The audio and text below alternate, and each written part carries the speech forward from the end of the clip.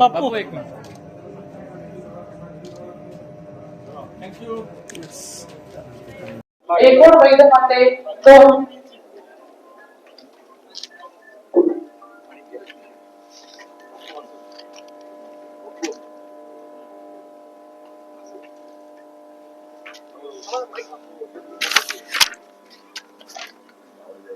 जायचं आम्हाला.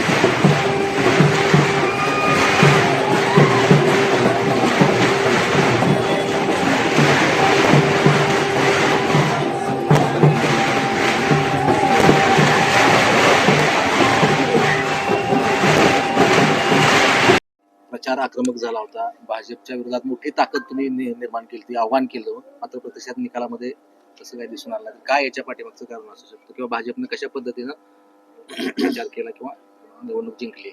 सोलापूर महानगरपालिकेमध्ये शिवसेना राष्ट्रवादी काँग्रेस आम्ही युती करून लढलो. 4 जागांचा विजय आत्ता तरी आम्हाला मिळालेला आहे. वास्तविक तुम्हाला माहित आहे कशा पद्धतीचं इलेक्शन सोलापुरात झालं. पैशाचा ज्या पद्धतीचा वापर झाला, सत्तेचा गैरवापर ज्या पद्धतीचा झाला, ते ज्या पद्धतीनं भारतीय जनता पार्टीच्या काही नेतृत्वाने तुम्ही बघितलं की आम्हाला पाडण्यासाठी जंग जंग पछाडला काही नावं घेऊन सांगत होते, रात्रभर झोपत नव्हते. प्रत्येक गोष्टीचा वापर झाला, बळाचा वापर झाला, पैशाचा वापर झाला, सामाजिक गणित बिघडवण्याचा प्रयत्न केला, समाजात भांडणं लावण्याचं काम झालं. पण तरी सुद्धा प्रभाग 7च्या जनतेनं आम्हा तिन्ही उमेदवारांना, दुर्दैव वाईट वाटतं की आमच्या भगिनी कनसेताई त्या आम्ही त्यांना निवडून येऊ शकला नाहीत, पण वास्तविक आम्हाला जे यश प्राप्त झालंय त्याबद्दल मी सर्व मतदारांचे मनापासून धन्यवाद. संघर्ष नायक म्हणून अमोल बापूंकर पाहिलं जातं. अतिशय कठीण असा संघर्ष आपण केला. इव्हन आपण भावनिकी झाला होता बापू, काय सांगाल? कुणीतरी बोललं पाहिजे होतं आणि कुणीतरी त्या विषयाला वाचा फोडली पाहिजे, या उद्दिष्टानं मी सगळ्यांना बोलण्याचा आणि जागा करण्याचा प्रयत्न केला. माझा कुणाला वैयक्तिक विरोध नाही आहे, ना पालकमंत्री महोदयांना आहे, ना मला कुणाला नाही आहे. पण ज्या पद्धतीचं वातावरण त्यांनी शहरामध्ये तयार झालं सुरुवातीपासून, त्याच्यामध्ये जी चीड होती ती व्यक्त सर्वसामान्यांच्या मनात होती. तुम्ही बघितलं असेल की सर्वसामान्य माणसाला असं वाटत होतं की अमोल शिंदेने जी बोललंय ते आमच्या मनातलं बोललंय, जी त्यांना वाटतंय ते बोललेलं आहे. आणि त्याच्यामुळं कुठेतरी कोणीतरी बोललं पाहिजे म्हणून ते बोलण्याचा प्रयत्न केला. निकालावर काय दिसत नाही परिणाम हा सगळा जे काय निकाल लागले आज सोलापुरात. नाही, ज्या पद्धतीनं भारतीय जनता पार्टीने इलेक्शनची तयारी केली, आयात उमेदवार बाहेर आणले. तुम्ही बघितलं असेल भारतीय जनता पार्टीच्या उमेदवारांचा कितपत यश आहे. त्यांनी प्रभाग 6 मध्ये उबाटाच्या उमेदवारांना उमेदवारी दिल्या, त्यांनी प्रभाग 22 मध्ये ह्याच्या उमेदवारांना राष्ट्रवादी काँग्रेसच्या उमेदवारांना उमेदवारी दिल्या.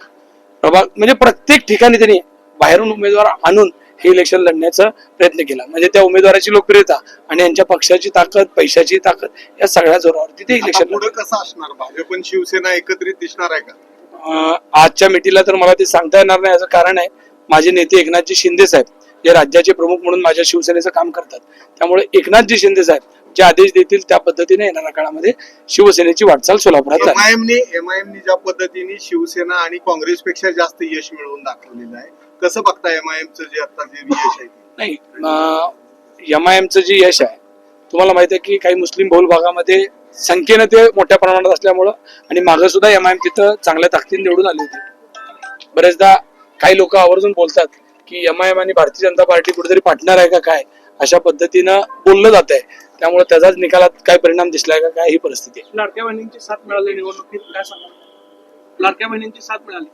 लाडक्या बहिणींची प्रभाग क्रमांक 7 मध्ये प्रचंड मोठा तुम्ही बघितलं की मताधिक्य मला वाटतं आमचं एकच उमेदवारांचं 100 आहे, बाकी त्याच्यापेक्षा सगळे मताधिक्य जास्त आहे.